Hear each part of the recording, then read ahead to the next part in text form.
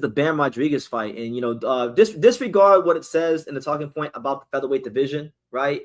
I don't need to harp on the featherweight division too much. I just spent like 20-30 minutes talking about the featherweight division.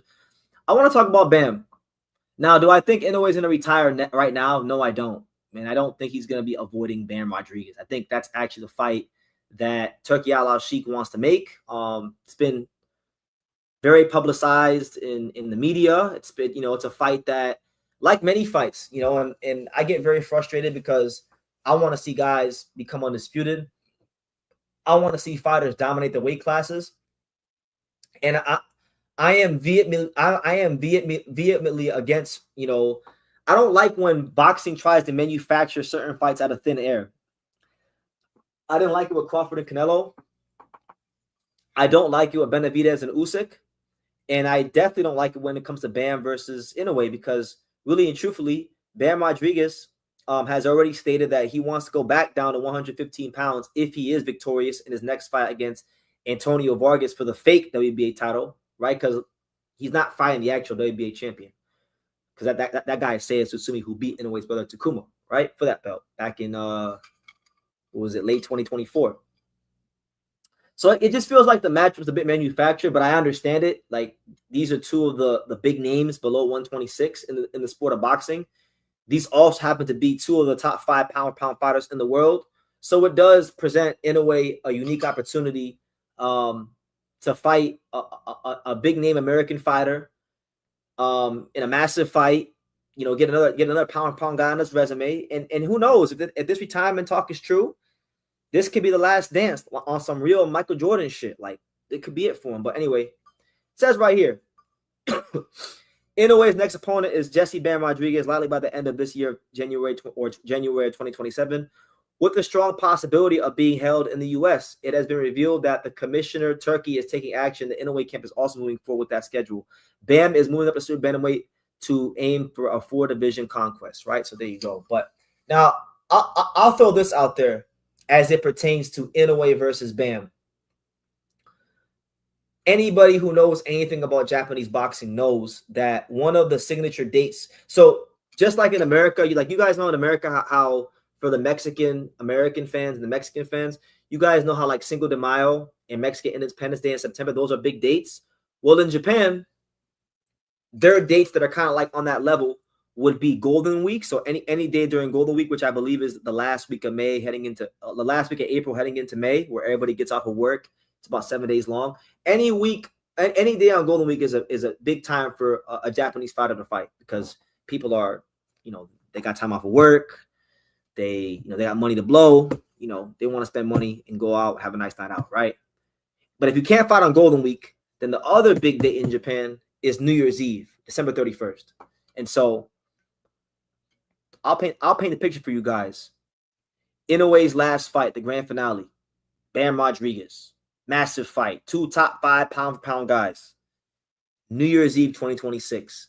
That would be huge. That's like for the American fans out there that don't understand how big fighting on New Year's Eve is in Japan. This is like the equivalent of like if Canelo Alvarez fought Dave Benavidez in his last fight on Cinco de Mayo. It's like something like that. That's probably the best analogy I could possibly give you. So I can see that happening. And a lot of people say that Bam Rodriguez is too small for Inoue, and I want to push back against that. He is not too small for Inoue. He fights currently in a smaller weight category than Inoue, but I do not think, based on seeing Inoue in person and based on seeing Bam in person, Bam. And I'm talking about Bam when he's fighting and Bam when he's not fighting. Because I've seen, I've been to one Bam Rodriguez fight in person. The one time I saw Bam fight live was actually when nobody even cared about Bam, which was in 2020. He fought on the Roman Gonzalez Calya fight undercard in Texas. And he was bigger than Inoue when he was in the ring with the weight cut, back when he was fighting in the low weight category. But then I've seen Bam in 2022 one time when I went to the Julio Cesar Martinez and Roman Gonzalez fight. And he wasn't in camp, and he had no fight sign. And Bam at that time, he was probably walking around at about a cool, I would say, give or take 137, 140. And Bam, if you go look at his box rec, I believe Bam he's fought as high as 130 or 135. He had a fight early in his career one fight where he fought in Mexico against some guy named Mosquera or something like that. And he fought at 130, 135. So Bam may compete in a small weight class, guys. But I want to have you guys know he is not as small as you think he is. And, you know, I think it'll be an exciting fight. You know, for all the talk I may say that's not favorable of the matchup, because I want to see Inoue go to featherweight, I think it'll be a great fight. You know, 2 pound guys. You know, Bam with the angles and his pivoting abilities, which is amongst the best in the world. Bam has a world-class jab. He's going to control the spacing of a fight with his jab. He's a very deceptive body puncher. So those things could give Inoue some problems. Inoue, one of the most explosive fighters in the game, a master of the mid-range, a guy that's probably doesn't get the credit he deserves for his world-class jab and the way he's able to control the spacing of a fight and the pace of a fight. So it's going to be I see the fight being a very aggressive, high-level chess match. I think it'll actually be a more exciting fight than the Junto fight, because I think Bam will commit to his offense more. I think Bam is a guy that will fight in a way in angles, more in angles.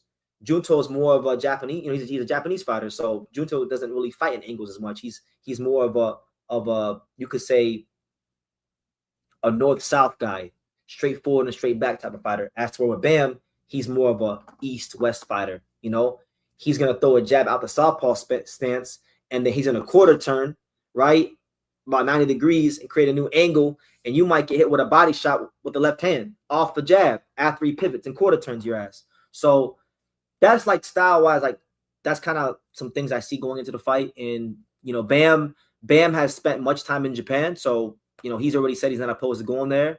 And I'm sure the fight will be very well received by the Japanese public. And, you know, I'll probably wind up going to that fight, because I didn't get a chance to go to Juice Nakatani because I was supposed to go. I was in camp for the Angel Leo Rice Salim fight, you know, so I didn't go to that Inoue mega fight. But I might go to that fight, because it might be the last dance for Inoue. And contrary to popular belief, you guys may say, "Oh, BT, you hate Inoue. You're preying on his downfall. This, that, and the third." Listen, Inoue's right there on the wall. Inoue's right there on the wall. Right next to Angelo Leo, right? And he's over there on that wall too. He's one of my favorite fighters. He's a big part of this channel's history and success. So I can't ever hate that monster, no matter what you guys think. So that's my thoughts on all things, you know, Inoue related. I don't want to harp too much more on Inoue unless you guys got more comments and thoughts. But that's kind of where I'm at with you know, his dad talking about him retiring, Top Rank saying he should go to featherweight, and this whole Bam Rodriguez fight. So I'll leave it at that.